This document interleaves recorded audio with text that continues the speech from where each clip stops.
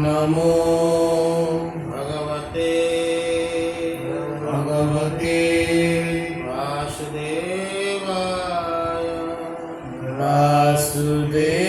वासुदेवाय ओम नमो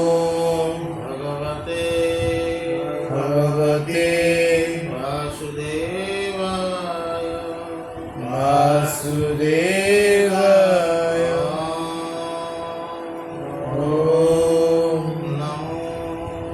नमो भगवते वासुदेवाय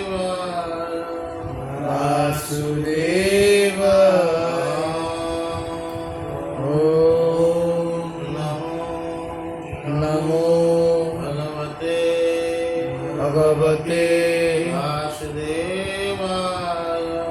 वासुदेवाय ओम कृष्णाय वासुदेवाय हरये परमात्मने प्रणतक्लेशनाशाय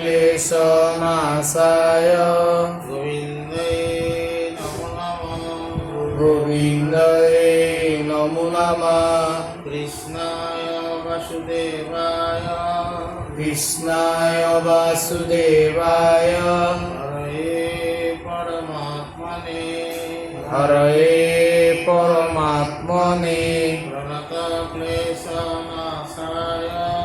प्रणतक्लेशनाशाय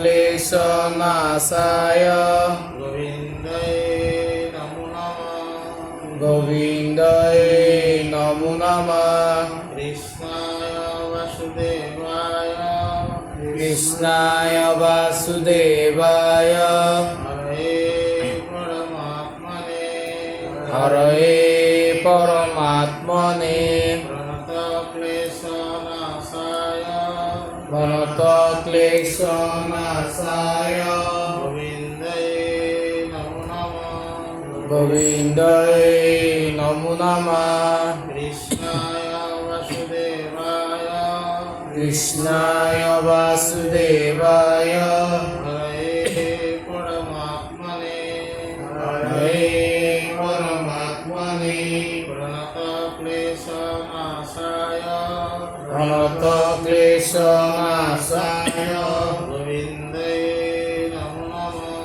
गोविन्दाय नमो नमः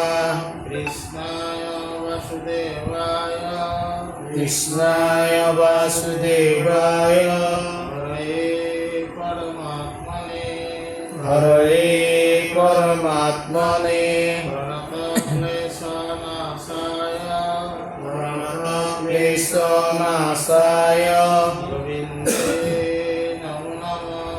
गोविन्दाय नमो नमः कृष्णाय वासुदेवाय हरये परमात्मने प्रणतक्लेशनाशाय प्रणतक्लेशनाशाय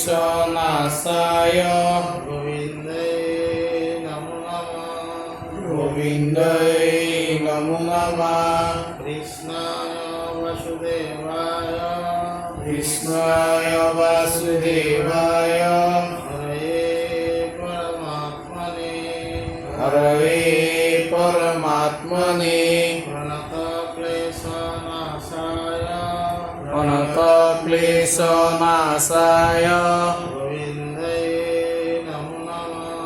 गोविन्दाय नमो नमः कृष्णाय वासुदेवाय हरये परमात्मने प्रणतक्लेशनाशाय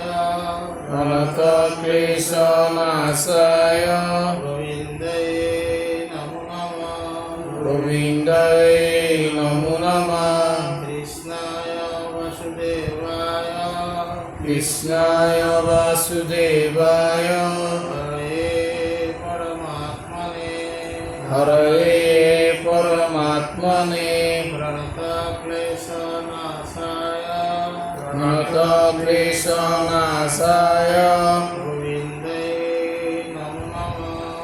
गोविन्दाय नमो नमः कृष्णाय वासुदेवाय हरये परमात्मने प्रणतक्लेशनाशाय गोविन्दाय नमो नमः कृष्णाय वासुदेवाय हरये परमात्मने प्रणतक्लेशनाशाय गोविन्दाय नमो नमः कृष्णाय वासुदेवाय हरये परमात्मने प्रणतक्लेशनाशाय गोविन्दाय नमो नमः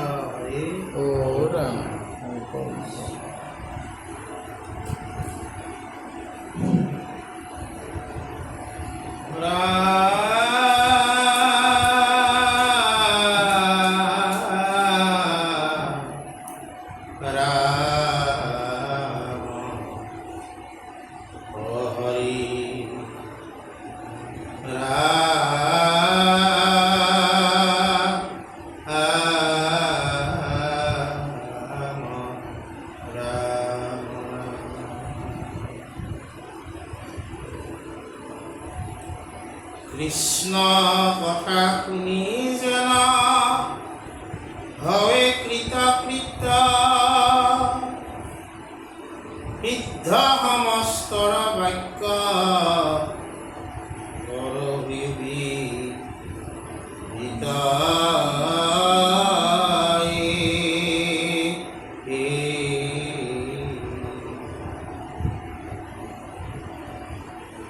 অনত কুমাৰ আদি সিদ্ধগণ যত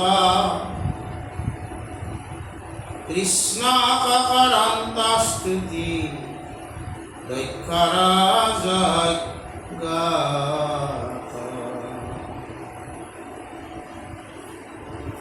হে ৰাম বুলন্তয়া বাস অনুগ্ৰহ কৰা যদি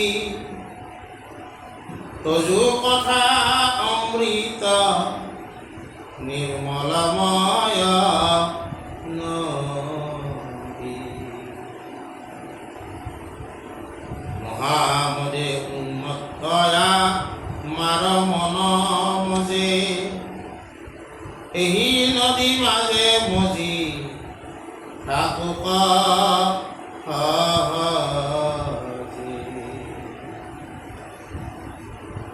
হে ৰাম যেন বনজুইত পুৰিয়া হস্তিশয় অগাধ গংগাৰ জলে মজিয়া খাকয় বনজুইক দৰে তাৰ পৰা নুঠে আৰু এই মতে মন প্ৰভু মাতংগ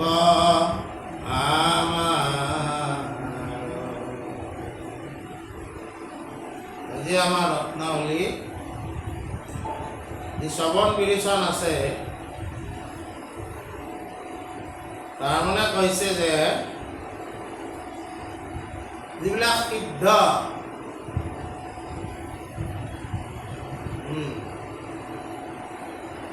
সিদ্ধ বুলি কওঁতে আমাৰ সচৰাচৰ সিদ্ধ বুলি ক'লে কাক কয় চাৰি সিদ্ধ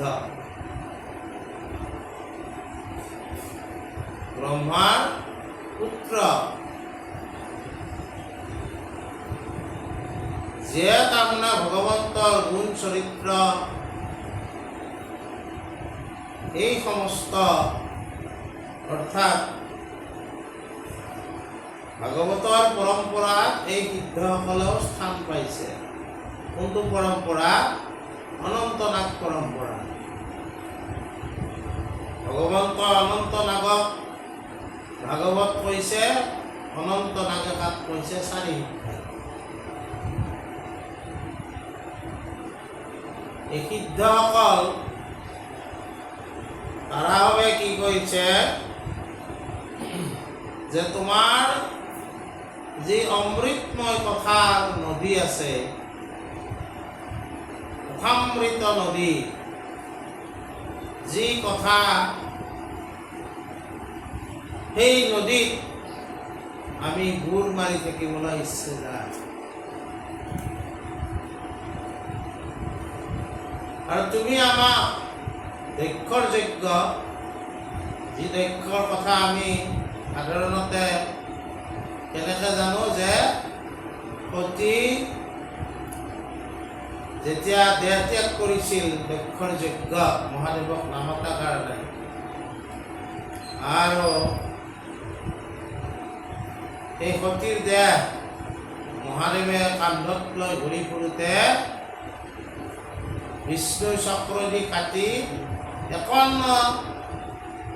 জাগাত পৰিছিল কাৰণে ভাৰতবৰ্ষত 51খন শক্তিপীঠ আছে বুলি আমাৰ ভাৰতীয় শাস্ত্ৰ পৰম্পৰায় কয় কামাখ্যাও এখন শক্তিপীঠ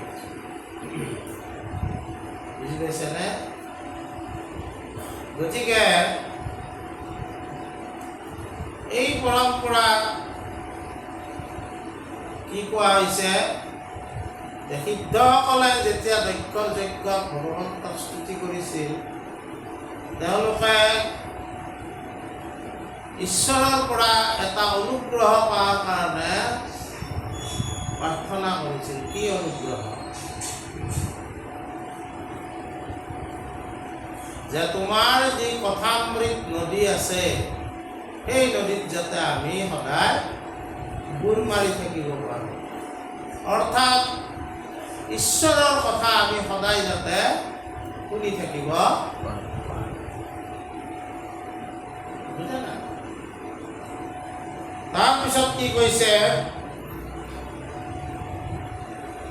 যে মাতংগ হাতীৰ কথা কৈছে মাতংগ মানে মতা হাতী যিটো মানে জন্তুৰ ভিতৰত প্ৰধান সেইটো মাতংগ মনটোক আমাৰ মাতংগ দন্তা হাতীৰ লগত তুলনা কৰিছিল মনটোৱে আমাৰ বিভিন্ন বিচৰণ কৰি থাকে যদিও মানুহজন আমি ইয়াতে থাকোঁ মনে বিভিন্ন ঠাইত বিচৰণ কৰি আছে আৰু এই মনৰ এই গতিটোকে কি বুলি কৈছে মনোজৱ গতি বুলি কৈছে মনোজৱ গতি ইয়াৰ কাৰণে 1 ছেকেণ্ডো নালাগে এতিয়াই তুমি দিল্লীত থাকা বুলি মনেদি ভাবিব পাৰা আৰু দিল্লী পায়ো যাবা। মন তোক মতংগ দন্তাল হাতীৰ দৰে লগত তুলনা কৰিছে। আৰু সেইকাৰণে ঠাকুৰ এটাই ফকৰা মাতিছিল কি, মাতাংগ দন্তাল হাতী পৰ্বত ভৈয়ামে গাছৰ ডাল পাত খাই, চৈধ্য প্ৰসংগ কৰি নৰক যায়। নাৰায়ণ দাস ঠাকুৰ এটাই সদায় ফকৰাত কথা পাতিছিল। মাধৱদেৱৰ আগত মাধৱদেৱৰতো সখীয়ে গাইছিল। কি ক'লে ভকতসকলক উদ্দেশ্যি যে মাতংগ দন্তাল হাতী পৰ্বত ভৈয়ামে গাছৰ ডাল পাত খাই, চৈধ্য প্ৰসংগ কৰি নৰক যায়। যে সখী কি ক'লা?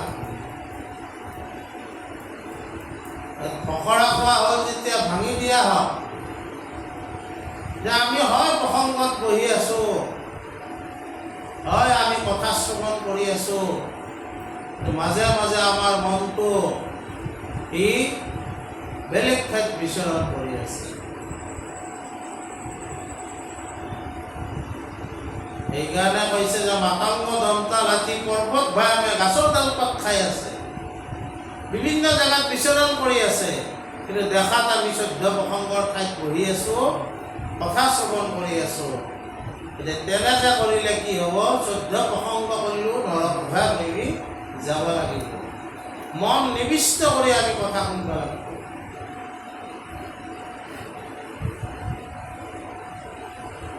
আৰু সেই অনুগ্ৰহ ভগৱানৰ ওচৰত মানে খুজিছে সিদ্ধসকলে, যে আমাৰ মনটো কাই বাক্য মনে যাতে আমি ঈশ্বৰ কথা শুনিব শ্ৰৱণ কৰিব।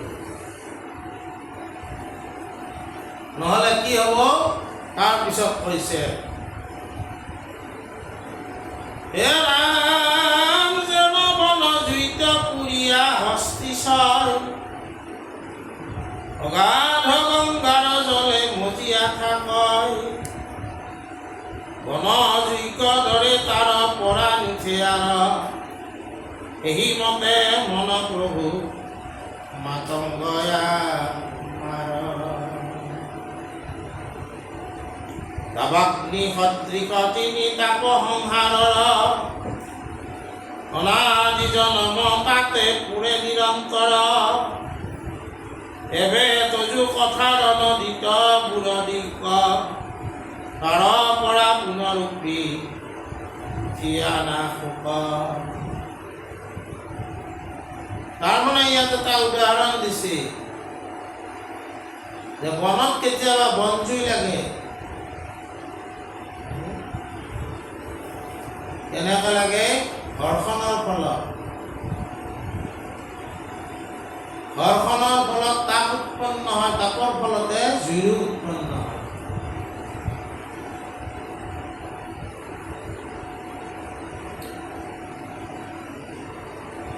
আজিকালি আমাৰ দিয়া চলাই আছে, গেছ লাইটাৰ আছে,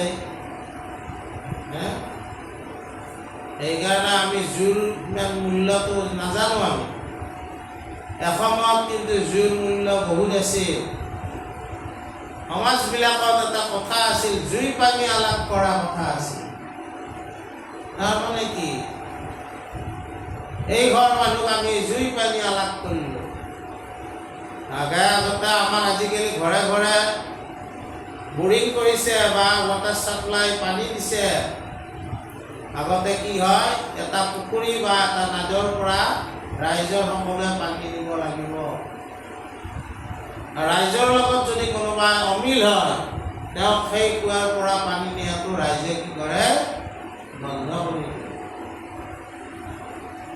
আৰু জুইও তেওঁক আগতে জুইও নাছিল সকলোৰে ঘৰে ঘৰে।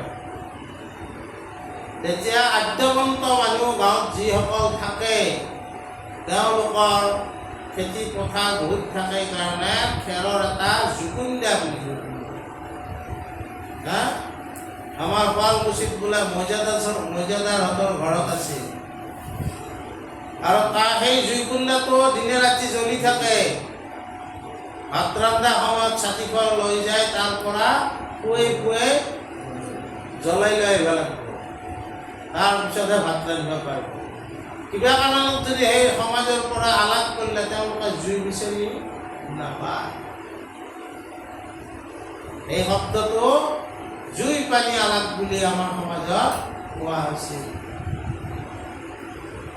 আৰু বৈদিক সময়ত যেতিয়া যজ্ঞ কৰিব ওলায়, যজ্ঞত সমিধাবিলাক দিয়াৰ পিছত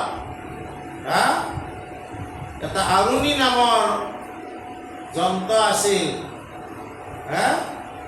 সেইটোত ঘৰ্ষণ কৰি কি কৰে, জুই উৎপন্ন কৰে। বুজি পাইছে নে নাই? আৰু জুই উৎপন্ন কৰা সেই ব্ৰাহ্মণজনক কি বোলে? অগ্নিহোত্ৰ।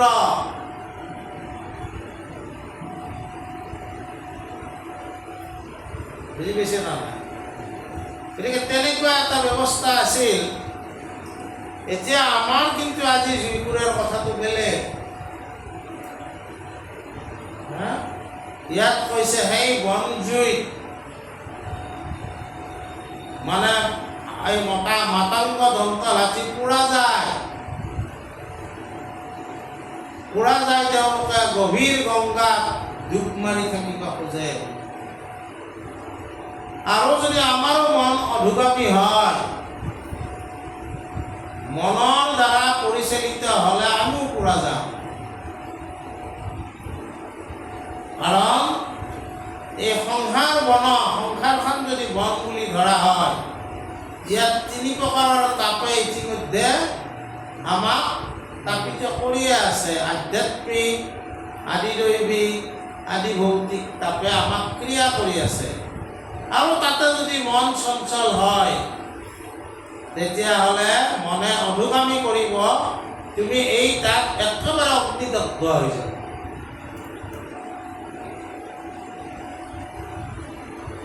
তেতিয়া তুমি পবিত্ৰ গংগা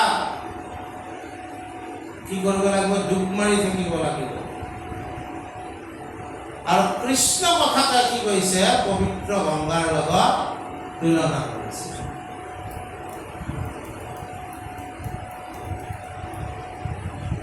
কৃষ্ণ কথা যিসকলে শ্ৰৱণ কৰিয়ে মন শুদ্ধভাৱে, তেওঁলোকৰ কি হয়? অন্তৰ হৃদয় তেওঁলোকৰ পবিত্ৰ হয়। আৰু হৃদয় পবিত্ৰ হ'লে তেওঁলোকৰ কি হয়? পবিত্ৰ গংগাত যেনেকৈ বুৰ মাৰিলে দেহৰ সকলো পাপ গুচি যায়,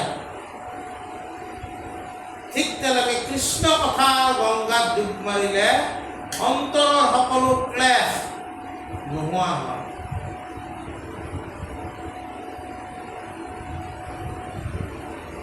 এইবিলাক ক্লেশ। আৰু তেতিয়া কি হয়? চেতনাৰ উদ্ভৱ হয়। চেতনাৰ উদ্ভৱ হয়, নহ'লে কি হ'ব? আমি যদিও জীয়াই আছো, কিন্তু আমাৰ নামঘোষাত মহাপুৰুষ মাধৱদেৱে কি গাইছে? আমি অচেতন নিমকা নাথ জগাই। আমি অচেতন বুলি কৈছে। কিহৰ কাৰণে? যে আমি দুটা সত্যৰ ভিতৰতে আবদ্ধ হৈ আছো। এটা হ'ল প্ৰাতিবেশিক সত্য আৰু এটা হ'ল ব্যৱহাৰিক সত্য। পাৰমাৰ্থিক সত্যক লাগি আমি যাবই পৰা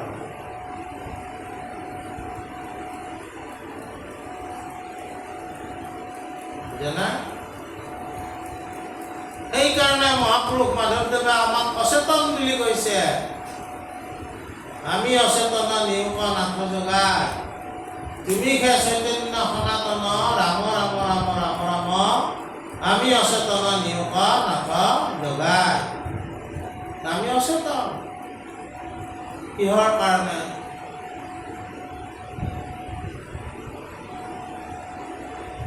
এই 3টা সত্যৰ কথা আমি অলপ আলোচনা কৰিব লাগিব। প্ৰাতিভাষিক সত্যনো কি? ব্যৱহাৰিক সত্যনো কি আৰু পাৰমাৰ্থিক সত্যনো কি, এই তিনিটা কথা আমি আলোচনা কৰিম। ৰাতি আমি যিবিলাক সপোন দেখোঁ, সপোনতোতো সৃষ্টি কৰি থাকোঁ।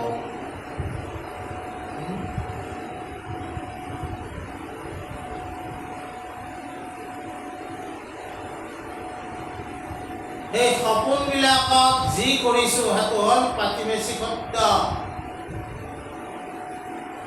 আৰু ৰাতিপুৱা সাৰ পোৱাৰ পিছত যি কৰিছোঁ সেইটো হ'ল ব্যৱহাৰিক সত্য।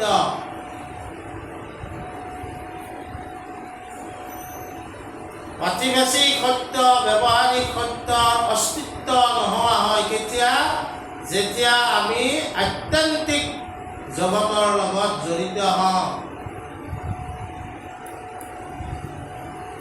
পাৰমাৰ্থিক সত্যৰ লগত জড়িত হ'লে এই দুটা সত্যৰ কোনো কাম নোহোৱা হয়। সেইকাৰণে শংকৰাচাৰ্য অদ্বৈত দৰ্শনত কি কৈছে? জগত মিথ্যা, ব্ৰহ্ম সত্য। ব্ৰহ্মৰ সত্যটো কেতিয়া হ'ব? যেতিয়া পাৰমাৰ্থিক সত্যৰ লগত আমি জড়িত হ'বা ইচ্ছা কৰোঁ। জ্ঞান পৰমৰ পৰম্পৰা ইয়াক ধ্যানৰ লগত জড়িত কৰিছে আৰু ভক্তি পৰম্পৰা ইয়াক কি কৰিছে? শ্ৰৱণ কীৰ্তন, ভগৱন্তৰ কথা শ্ৰৱণ কীৰ্তনৰ লগত ইয়াক জড়িত কৰাইছে। পাৰমাৰ্থিক সত্যৰ সোৱাদ কিহৰ দ্বাৰাই পায়? শ্ৰৱণ আৰু কীৰ্তন। বুজা নাই? গতিকে আমাৰ এই আধ্যাত্মিক, আদি ভৌতিক আৰু আদি দৈবিক তাপে আমাক পুৰি আছে সংসাৰ বনত। তাতে আকৌ যদি আমি মনটো আকৌ অধোগামী কৰোঁ, ই অগ্নিদগ্ধ কৰি পেলাব। আৰু তেতিয়া কি তোমাৰ গুণ মহিমাৰ কথামৃত নদীত বুৰ মাৰিব লাগিব। পৰম সিদ্ধসকলে একো কথা বিচিছে। সনক, সনন্দ, সনক আৰু সনাতন, এই চাৰি সিদ্ধ। সিদ্ধসকলেও তাৰমানে কি কৃষ্ণ কথামৃত নদীত বুৰ মাৰিবা বিচিছে। কিয়া?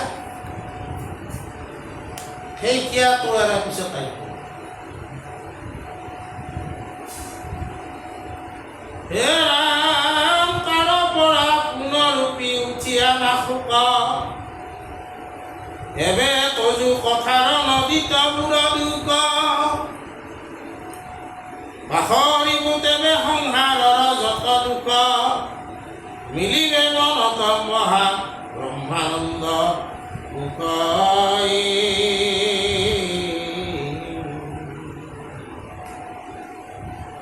যেন ব্ৰহ্ম জ্ঞানী নুহি ব্ৰহ্মক পৃথক, এক ভাৱ হুয়া পায়া থাকয় ব্ৰহ্মক, এই মতে মজি মন তোমাৰ কথাক, পৰময় আনন্দে মগ্ন হৈব সাই ঘাটয়।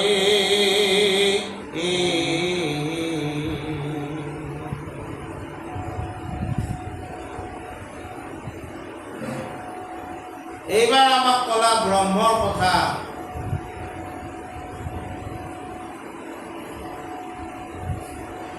শংকৰাচাৰ্যই কৈছে জগত মিথ্যা, ব্ৰহ্ম সত্য। প্ৰাতিভাষিক সত্য, ব্যৱহাৰিক সত্য মূল্য নাই কাৰ আগত? পাৰমাৰ্থিক সত্যৰ আগত।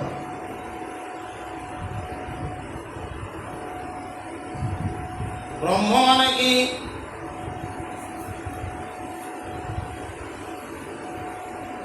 মহাপুৰুষ শংকৰদেৱ গুৰুজনাই কীৰ্তনখনৰ প্ৰথম পদটোতে কি লিখিছে?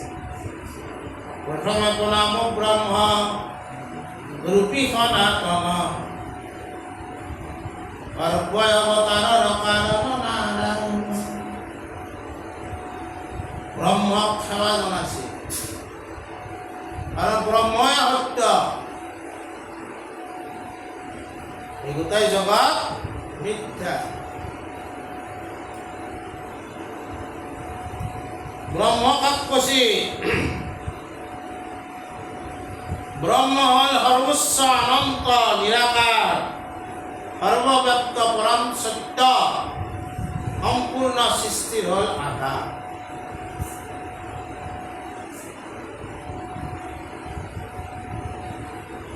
ভাৰতবৰ্ষৰ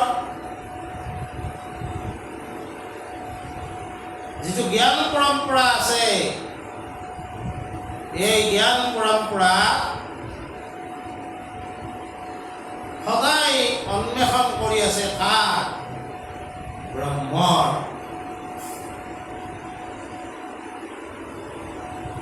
উপনিষদ ইত্যাদি গ্ৰন্থই কাক বিচাৰি আছে? ব্ৰহ্ম।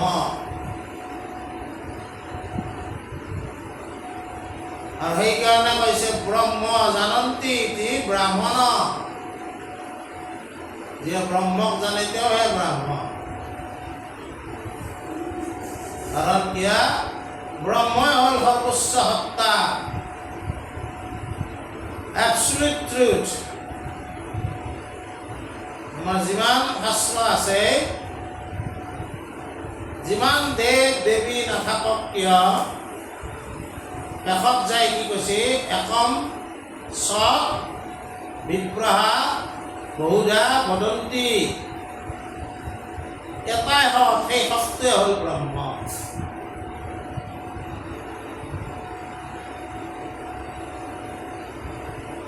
এতিয়া কথাটো হ'ল কি? ব্ৰহ্ম ক'ত থাকে? যত্ৰ তত্ৰ সৰ্বত্ৰ।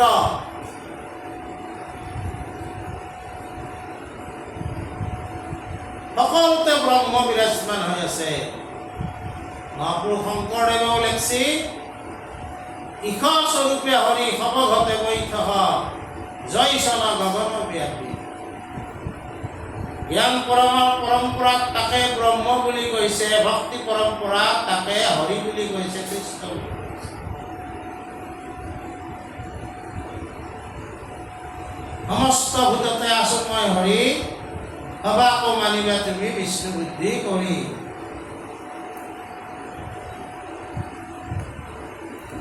বুজা নাই? আৰু আমাৰ শাস্ত্ৰই কৈছে সৰ্বং খলু ইদম ব্ৰহ্ম, সকলোতে ব্ৰহ্ম আছে।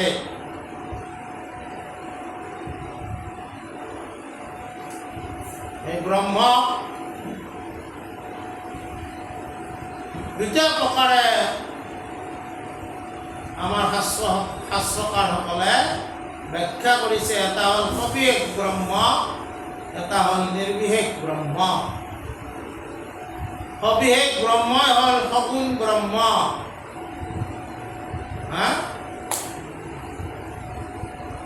আৰু নিৰ্বিশেষ ব্ৰহ্মই হ'ল নিৰ্গুণ ব্ৰহ্ম। সহজ ভাষাত ক'ব গ'লে সবিশেষ ব্ৰহ্ম হ'ল শ্ৰীকৃষ্ণ, দৈৱকীনন্দন শ্ৰীকৃষ্ণ, বাহিপাৰা কৃষ্ণ। নিৰ্বিশেষ ব্ৰহ্ম অকল কৃষ্ণ, পিতৃও নাই, মাতৃও নাই।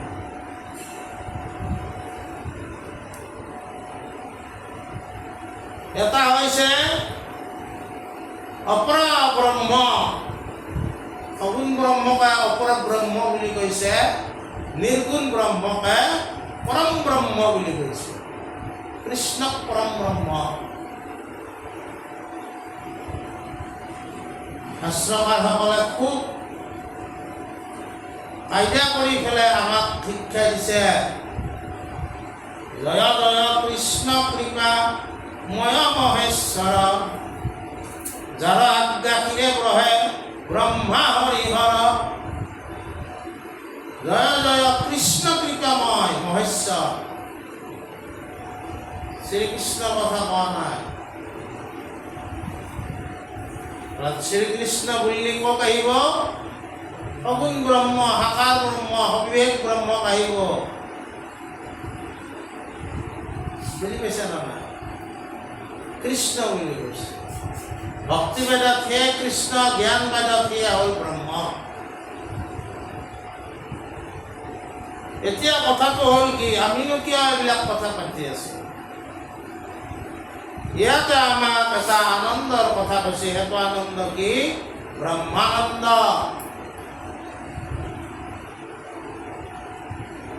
ব্ৰহ্মানন্দ। এই ব্ৰহ্মানন্দ সম্পৰ্কে আচলতে এই ব্ৰহ্মৰ কনচেপ্টটো উপনিষদবিলাকৰ পৰাই আছে।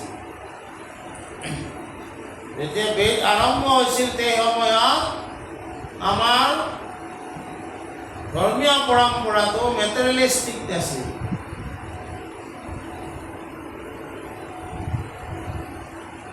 বেদৰ আৰম্ভণিতে বেদৰ 4টা ভাগ আছে, ব্ৰাহ্মণ, সংহিতা,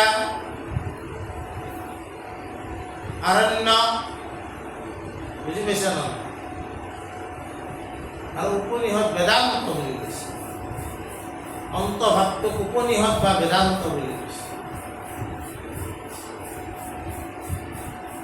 এই উপনিষদে ব্ৰহ্মৰ কনচেপ্ট আনিছে খুব কম সময়ৰ ভিতৰত। আৰু আমাৰ দৰে অলবদ্ধ মানুহে এইবিলাক ব্যাখ্যা কৰাটো সহজসাধ্য নহয়। তথাপি মানে আজিৰ প্ৰেক্ষাপট অনুসৰি মই চেষ্টা কৰিছোঁ। আচলতে আমাৰ দৰে অলবদ্ধ এইবিলাক বিষয় উপাদেয়ই নহয়। মোৰ কথা কৈছোঁ দেই, তোমালোকৰ কথা কওঁ। তোমালোকে হয়তো পাৰিবও পাৰা। এই ক্ষেত্ৰত মই অলবদ্ধ বুলিয়ে ভাবোঁ। কিন্তু মোৰ মনত যি উৎপত্তি হয় তাকে হয়তো মই ক'বাৰ চেষ্টা কৰোঁ। উপনিষদে এই ব্ৰহ্মৰ কনচেপ্ট আনিছে। আগতে ঈশ্বৰবিলাকক ভাগ ভাগ আছিল। বেদৰ প্ৰথম অৱস্থা ইন্দ্ৰক ঈশ্বৰ বুলি ধৰা হয়, বৰুণকো ঈশ্বৰ বুলি ধৰা হয়, তেনেকৈ অগ্নিকো ঈশ্বৰ বুলি ধৰা হয়, বায়ুকো ঈশ্বৰ বুলি ধৰা হয়, সূৰ্যকো ঈশ্বৰ বুলি ধৰা হয়। কিন্তু শেষত যেতিয়া উপনিষদৰ বেদান্ত যেতিয়া আহিল, তেতিয়া ক'লে যে এইবিলাকক সকলোকে হৰ্তা কৰ্তা চলোৱা এজন মাত্ৰ ঈশ্বৰ আছে, তেওঁ হ'ল ব্ৰহ্ম।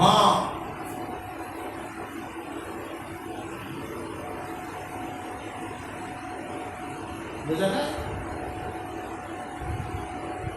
তৈত্তৰীয় উপনিষদ প্ৰায় 200খন মান আছে। 12খন উপনিষদক মুখ্য বুলি কৈছে। তাৰে ভিতৰত তৈত্তৰীয় উপনিষদো এখন আছে। এই উপনিষদে মতে আমি আচলতে মনুষ্যসকলে আনন্দ ক'ত বিচাৰোঁ? বাহিৰতে বিচাৰি থাকোঁ, জগতত বিচাৰি থাকোঁ। কিন্তু আনন্দৰ আধাৰ তুমি নিজে, কাৰণ তুমিও ব্ৰহ্ম। তুমিয়ে যদি ব্ৰহ্ম, সেই ব্ৰহ্মানন্দ তুমি কিয় লাভ কৰা নাই? কাৰণ আমি যে অলপ আগত ক'লোঁ, আমি অচেতন। ময়ে যে ব্ৰহ্ম, ময়ে যে আত্মা, এই ভাৱনা স্বৰূপটো আমি বুজা নাই। মাধৱদেৱে সেইকাৰণে দুখ কৰি আমাক গাইছে কি? তুমি শুদ্ধ বুদ্ধ নিত্য নিৰ্মল নিৰ্গুণ দেৱ, মোৰ প্ৰভু নাৰায়ণে স্বৰূপ আনন্দে সদা সুখী, হৰি হৰি তুমি নিজানন্দে সদা সুখী, তোমাক নজানি জৰ মিছা কৰি ৰকময়ী, মোৰ প্ৰভু নাৰায়ণে তোমাক নজানি ভৈলো দুখী, হৰি হৰি স্বৰূপ নজানি ভৈলো দুখী। এই যিটো নিজে আত্মা, আমাক যে আত্মাই চৈতন্য কৰি ৰাখিছে, এই আত্মাটো মই নিজে, এই পৰমাৰ্থিক সত্য আমি ইচ্ছা নকৰোঁ, অকল কৰোঁ শৰীৰৰ সত্যবিলাক পালন কৰিব লাগি চাই পাতি ফেচিক আৰু মানে কি ব্যৱহাৰিক সত্যৰ মাজতে আবদ্ধ থাকে। ব্ৰহ্মানন্দ সুখ আমি ক'ৰপৰা পাম, পৰমাৰ্থিক সুখ আমি ক'ৰপৰা পাম। আৰু তাতে কৈ আছে দুৰ্বাৰা দুঃসংগ দুৰ্বাসনা দুষ্ট হৰি হৰি হৰি হৰিয়ে অনাদি অবিদ্যা আপুনি ভৈলো মোহিত অনাত্মা দেহক আত্মবুদ্ধি কৰি হৰি হৰি হৰিয়ে তুমি পৰমাত্মা ঈশ্বৰে ভৈলো বঞ্চিত। এই প্ৰাৰ্থনাবিলাক মাধৱদেৱে সহজ কৰি দিছে আমাক, যে সেই সহজ প্ৰাৰ্থনাত ডাঙৰ ডাঙৰ তত্ত্ব লুকাই আছে। বুজা নাই? এতিয়া কথাটো হ'ল কি,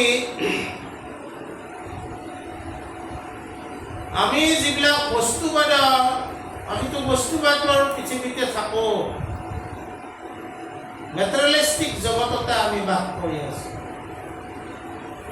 আৰু এই মেটেৰিয়েলিষ্টিক জগতৰ সুখবিলাককে আমি আনন্দ বুলি ভাবোঁ। এইটো আনন্দ নহয়।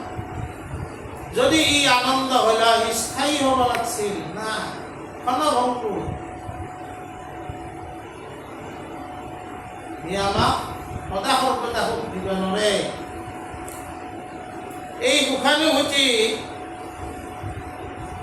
আৰু আনন্দ অনুভূতিৰ মাজত এটা বৃহৎ পাৰ্থক্য আছে। সুখানুভূতিকে আনন্দ অনুভূতি বুলি ভাবাটো উচিত নহয়। সুখ হ'ল বাহিৰা জগতৰ এটা অনুভূতি, মেটেৰিয়েলিষ্টিক জগতৰ।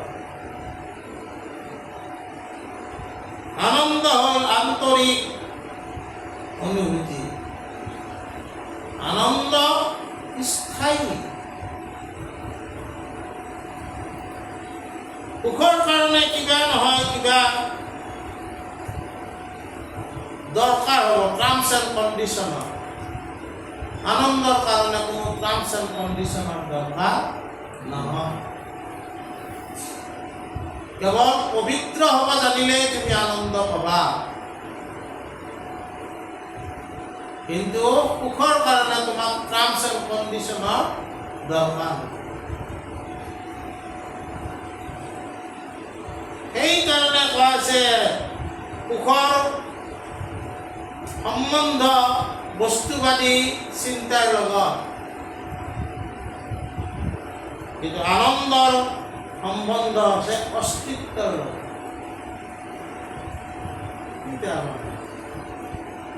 মই আগতে কৈছোঁ যে মই কিন্তু এই ক্ষেত্ৰত অলপ অবদ্ধ। মই এইটো ভালকৈ ক'ব পৰা নাই। বস্তুবাদী জগতৰ লগত সুখৰ সম্বন্ধ আছে, অস্তিত্বৰ লগত তুমি কোন আচলতে, সেই প্ৰশ্নটোতে আধ্যাত্ম লুকাই আছে।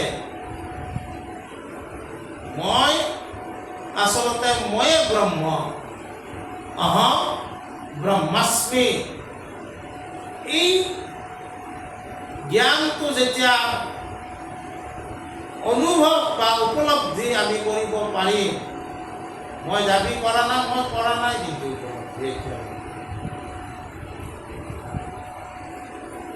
বুজা নাই? অহম ব্ৰহ্মাস্মি, বুজা নাই? তেতিয়া তাৰমানে এই অহম ব্ৰহ্মাস্মিও যোনে উপলব্ধি কৰিছে, তেওঁ অস্তিত্বটো বুজি পাইছে। তেওঁৰ অস্তিত্বটো, তোমাৰ অস্তিত্ব, মোৰ অস্তিত্ব আমি ক'ত ভাবি আছোঁ? বস্তুবাদী জগতত কোনে কিমান ধনী, কোনে কিমান কাৰ বেংক বেলেঞ্চ কিমান আছে, কোনে কিমান ধুনীয়া, কোনে কিমান অধুনীয়া, এইবিলাকতে আমি অস্তিত্ব বিচাৰি আছোঁ। নহয় নহয়, অস্তিত্ব অস্তিত্ব কি? যে তুমিও ব্ৰহ্ম, ময়ো ব্ৰহ্ম, তত্ত্বম অসি। তুমি যিটো বিচাৰি আছা সেইটোৱে তুমি। অষ্টাবক্ৰ দেখি 8 জেগাত তেওঁ দেহাটো ভাঙা আছিল, গতিকে দেহাটো দেখিবলৈ বেয়া আছিল। জনকৰ ৰাজসভাত যেতিয়া তেওঁ তৰ্ক কৰিবাক লাগি যায় যে মই ঋষি সমাজৰ লগত মোৰ জ্ঞানৰ তেওঁলোক কিমান জ্ঞানী, মই কিমান জ্ঞানী, এই সম্পৰ্কে আলোচনা কৰিব যাওঁ।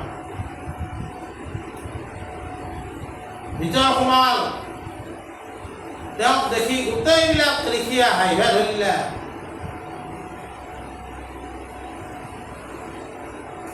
অলপ পিছত অষ্টবক্ৰয়ো কি কৰিলা, হা হা হা বুলি হাঁহিবা ধৰিলা। জনক ৰজাই বোলে এওঁলোকে এওঁক দেখি হাঁহাটো মই বুজি পালোঁ, দেখাত কেম্পা দেখি সেইকাৰণে হাঁহি উঠছি। তুমি কিয় হাঁহিলা হে? মই তোমাৰ হাঁহিটোৰ কথা বুজি নাপাওঁ। বোলে মহাৰাজ, মই ভাবিছিলোঁ তোমাৰ সভাত পণ্ডিতসকল বহি আছে, মহা মহা ঋষিসকল বহি আছে, এহেঁত যে গোটাইগিলা মূৰ্খ মই আজিহে জানিলোঁ। আৰু সেইকাৰণে মোৰ হাঁহি উঠছি। এই মূৰ্খগিলাৰ লগত মই আলোচনা কৰিব আহিছোঁ। হৈ দিলে নহয় অষ্টবক্ৰ। বোলে কাক ক'বা আছে মূৰ্খ বুলি? আৰু মূৰ্খ তোমালোকে মোক কিয় দেখি কিয় হাঁহিছা? তোমালোকে মোক হাঁহিছা না মোক যিজনে সৃষ্টিকৰ্তা, মোক সৃষ্টি কৰিছে সেই সৃষ্টিকৰ্তা হাঁহিছা?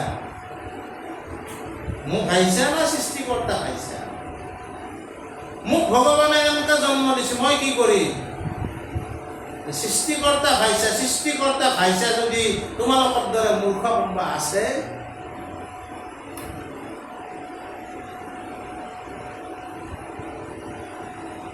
অষ্টাবক্ৰ গীতে আছে, অষ্টাবক্ৰ মহান ঋষি, সেইকাৰণে ভাৰতীয় পৰম্পৰা। বাৰু সেইটো এটা বেলেগ কথা। এতিয়া কথাটো হৈছে কি, আমি ক'ত ৰৈ আছোঁ? ব্ৰহ্মানন্দ। আনন্দৰ অস্তিত্বটো, আনন্দৰ সম্বন্ধটো কাৰ লগত আছে? অস্তিত্বৰ লগত। তুমি যেতিয়াই জানিবা তুমি ব্ৰহ্ম বুলি, তেতিয়া তুমি ব্ৰহ্মানন্দ লাভ কৰিবা। গোটেই জগতখনকে তুমি ব্ৰহ্মময় দেখিবা। এতিয়া মানুহ দেখা নাই। কাম, ক্ৰোধ, লোভ, মোহ, মদ, মাৎসৰ্যই আমাক ক্ৰিয়া কৰি আছে। এই সমস্ত তেতিয়া শেষ হৈ যাব, একো নাথাকে।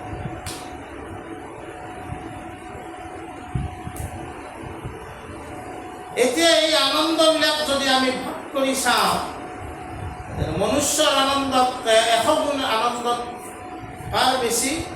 গন্ধৰ্ববিলাকৰ। গন্ধৰ্বৰ আনন্দতকৈ 100 গুণ আনন্দ দেৱতাসকলৰ বেছি। দেৱতাসকলৰ আনন্দতকৈ 100 গুণ আনন্দ ইন্দ্ৰৰ বেছি। ইন্দ্ৰৰ আনন্দতকৈ 100 গুণ আনন্দ প্ৰজাপতি ব্ৰহ্মাৰ বেছি। প্ৰজাপতিৰ আনন্দতকৈ বহু গুণে আনন্দ কাৰ বেছি? ব্ৰহ্মানন্দ। তাকে কৈছে ব্ৰহ্মানন্দ। জ্ঞান পৰম্পৰাত এই ব্ৰহ্মানন্দ ধ্যানৰ ফলত, নিধিধ্যাসনৰ ফলত লাভ কৰে বুলি কোৱা হৈছে। আৰু ভক্তি পৰম্পৰাত এই আনন্দ সমৰ্পণৰ ফলত লাভ কৰে বুলি কোৱা হৈছে। সমৰ্পণ।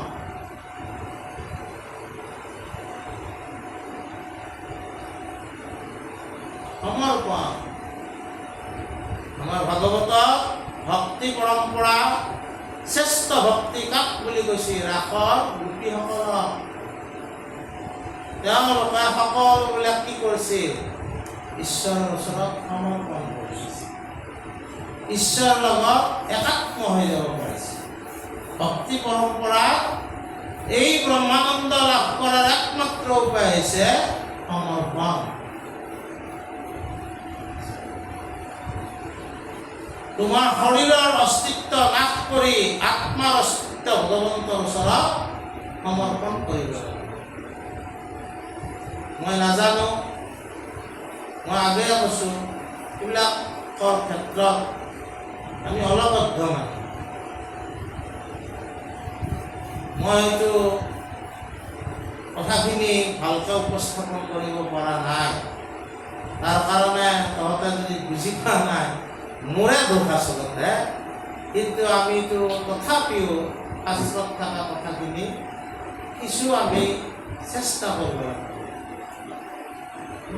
এইবিলাক কথাই মানুহক কি প্ৰেৰণা যোগায়?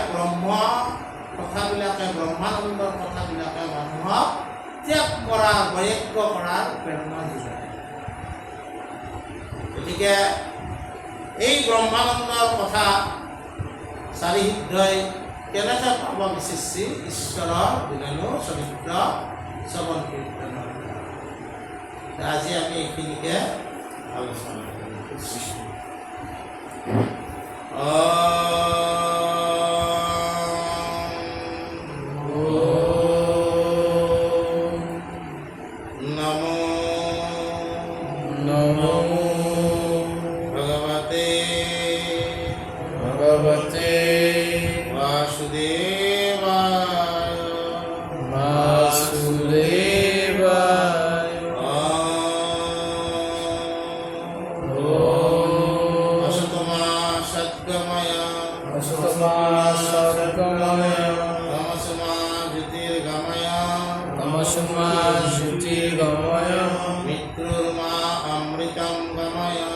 মৃত্যুৰ্মা অমৃতং গময়